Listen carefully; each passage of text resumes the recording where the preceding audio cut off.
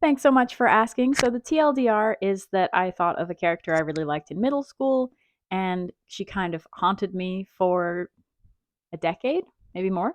And eventually, I felt like I'd gained enough skill that I could write her story. There were a few other influences, but that was the crux of it. The long version is that in middle school, I was part of a play by post Dungeons and Dragons game. It was very short lived, but I came up with this idea for a ninja nun with this dark and troubled past because I was a teenager, so of course she had one. And I wrote like a page and a half scene of her. I wasn't much of a writer at the time. And I never saw that scene again. It was on a library computer, and I thought like I wouldn't think about her much. And then, yeah, years and years later, every now and again, like, oh yeah, her. Oh, I wonder what was going on with her. What was her story? And I'd fill it in a little bit at a time. Then in 2015, I ended up, thanks to John Green, taking a 5 months writing break. I'd always wanted to be an author, but I'd never had the courage, and I ended up giving it my best.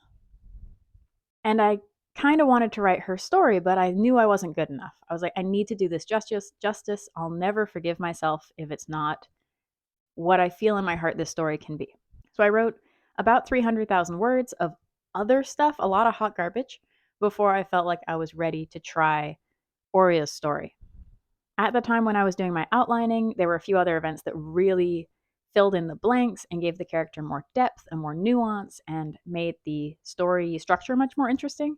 I was reading Fifth Season by N.K. Jemisin at the time, and I lost my mind over the way she structured her story using time as a way to organize the plot in a very interesting and complex way. Round about that time, I also watched an awful movie where the plot was basically man badgers woman into dating him, and he was an asshole and he didn't deserve her, and I'm still mad about it. But it kind of made me want to make part of the theme of my book that persistence isn't a dating strategy, and that evolved into a theme that goes throughout the entire series of you can't decide your feelings, someone else can't decide your feelings. They're just going to happen and you can't force it in any direction. So, the last major influence that happened at the time is I was having a conversation with a very dear friend of mine who happens to be asexual, part of the queer community. And she was lamenting that there wasn't any representation for her and people like her in media. Romance was either considered like the be all and end all, and you were weird if you didn't want it, or it was just not mentioned, like in a high action movie. And I kind of thought, well, I can fix that. Let's have a strong, powerful woman character who is Ace and just roll with that. And it was, I think, a really big part of making Aurea have more depth. It helped me to stay out of, I think, something that a lot of writers probably fall into of you kind of lose your characters in their relationships.